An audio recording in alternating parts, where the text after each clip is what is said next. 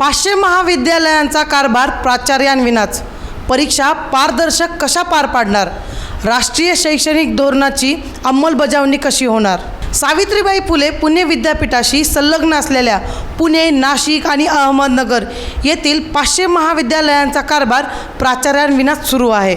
विशेष म्हणजे विद्यापीठाच्या कार्यक्षेत्रातील 158 अनुदानित महाविद्यालयांपैकी 55 महाविद्यालयामध्ये प्रभारींवरच प्राचार्यपदाचा भार सोपवला आहे।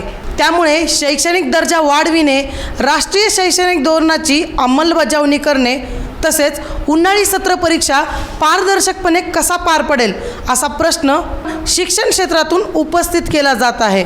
पुणे विद्यापीठाशी संलग्नित 1166 महाविद्यालये आहेत। त्यामधील 600 महाविद्यालयामध्ये नियमित आणि प्रभारी प्राचार्यपदांची नियुक्ती करण्यात आली आहे, तर उर्वरित सुमारे 500 महाविद्यालयांचा कारभार प्राचार्यांविनाच सुरू आहे।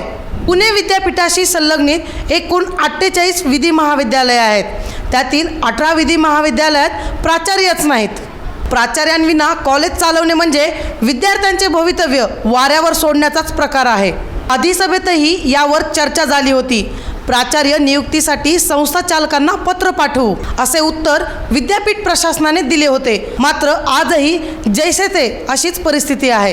प्राचार्यांची नियुक्ती करावी या संदर्भात महाविद्यालयांना, शिक्षण संस्थांना गत 6 महिन्यात विद्यापीठाकडून 3 वेळा स्मरणपत्र पाठवण्यात आले, असे सावित्रीबाई फुले पुणे विद्यापीठाचे कुलगुरू पराग काळकर यांनी सांगितले आहे। पुणे विभागात अनुदानित महाविद्यालयात प्राचार्य नियुक्ती संदर्भात एकही ना हरकत प्रमाणपत्राचा प्रस्ताव प्रलंबित नाही। शिक्षण विभागाने प्राचार्य नियुक्तीबाबत मार्चमध्ये आदेश दिले, मात्र आचारसंहिता लागल्यामुळे ही नियुक्ती रखडली आहे, असे पुणे विभागाचे उच्च शिक्षण सहसंचालक डॉक्टर केशव तुपे यांनी सांगितले आहे। मी प्रगती कराड बातमी टीव्हीच्या माध्यमातून आपल्यासाठी विविध मुद्द्यांची माहिती घेऊन येत राहणार आहे।